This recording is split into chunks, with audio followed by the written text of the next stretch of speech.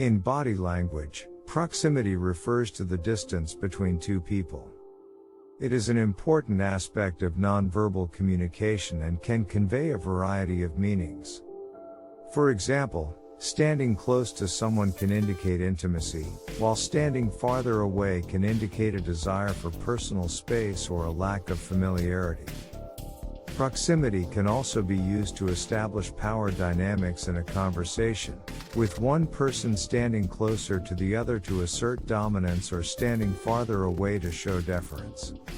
In general, proximity is an important aspect of body language to pay attention to better understand the underlying dynamics of social interaction.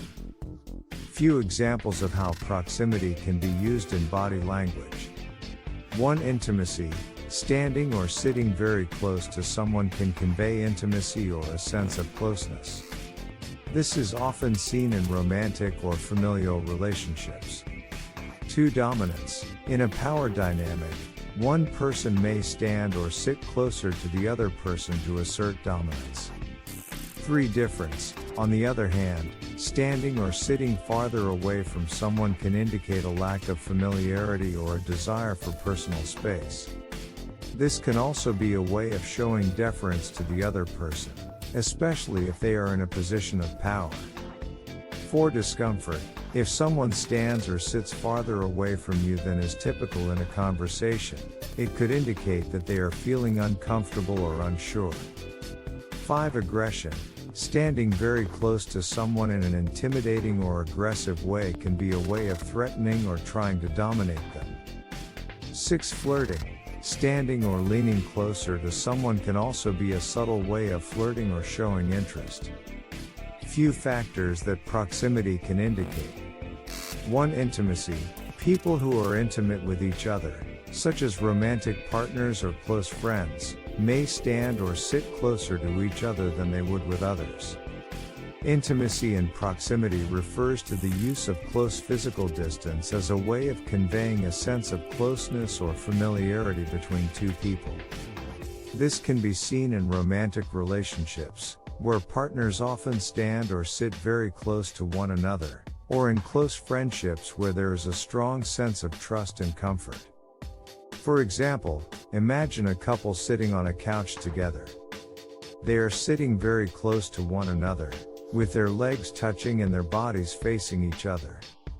This close physical proximity conveys a sense of intimacy and connection between the two people. On the other hand, if the couple was sitting on the couch with a larger than usual distance between them, it might indicate a lack of intimacy or a sense of distance in their relationship. 2. Power dynamics. People who are trying to assert power or dominance may stand or sit closer to someone else as a way of invading their personal space and making them feel uncomfortable. On the other hand, someone who is trying to convey submission may stand or sit farther away. 3. Interest or attention. People who are interested in or engaged in a conversation may stand or sit closer to the other person. On the other hand, someone who is disinterested may stand or sit farther away. In body language, proximity can be used to indicate interest and attention. For example, if someone is having a conversation with someone else and they lean in closer to them, it can indicate that they are interested in what the other person is saying and are paying attention to them. On the other hand, leaning away or standing farther away from the other person could indicate a lack of interest or attention. Here are a few examples of how proximity can be used to show interest and attention. Leaning in. If someone is leaning in closer to the person they are talking to, it can indicate that they are interested in the conversation and want to hear more. Maintaining eye contact. Maintaining eye contact and not looking around the room or at other distractions can also show that someone is paying attention and interested in the conversation. Facing the other person. Facing the other person directly, with their body angled towards them, can also show that they are paying attention and interested in what the other person has to say. Touching. Lightly touching the other person, such as on the arm or shoulder, can also be a way of showing interest and attention. 4. Comfort level. People have different preferences when it comes to personal space, and the distance they choose to maintain with others can indicate their comfort level with that person. Proximity can have a big impact on a person's comfort level in social interaction. Standing or sitting too close to someone can make them feel uncomfortable, especially if they are not familiar with the other person or do not have a close relationship with them. On the other hand, standing or sitting too far away from someone can also make them feel uncomfortable, especially if they are trying to have a conversation or are in a situation where closer proximity is expected. Please subscribe our channel if you want more videos like this. Press the bell icon. Here are a few examples of how proximity can affect comfort level. Personal space. Different people have different comfort levels when it comes to personal space, and standing or sitting too close to someone can violate their personal space and make them feel uncomfortable. Familiarity. If someone is not familiar with the other person, they may feel uncomfortable if the other person stands or sits too close to them. Power dynamics. Proximity can also be used to establish power dynamics in a conversation, with one person standing or sitting closer to assert dominance.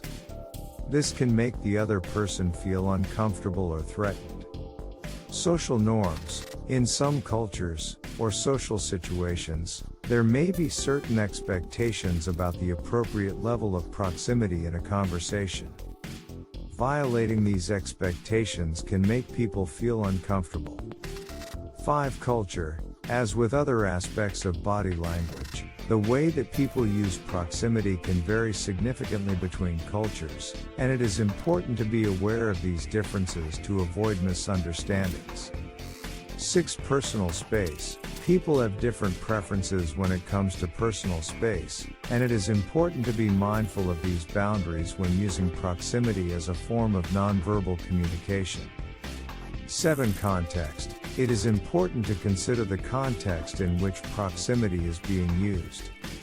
For example, standing or sitting close to someone may be appropriate in a casual social setting, but it might be seen as inappropriate in a formal business setting.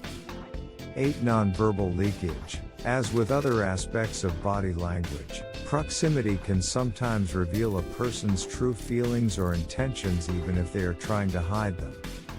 This is known as nonverbal leakage, and it can be an important aspect of body language to pay attention to. 9. Training. Some people may be able to improve their ability to recognize and interpret proximity through training or practice. This can be helpful in a variety of situations, such as in negotiating, sales, or customer service. 10. Mirroring.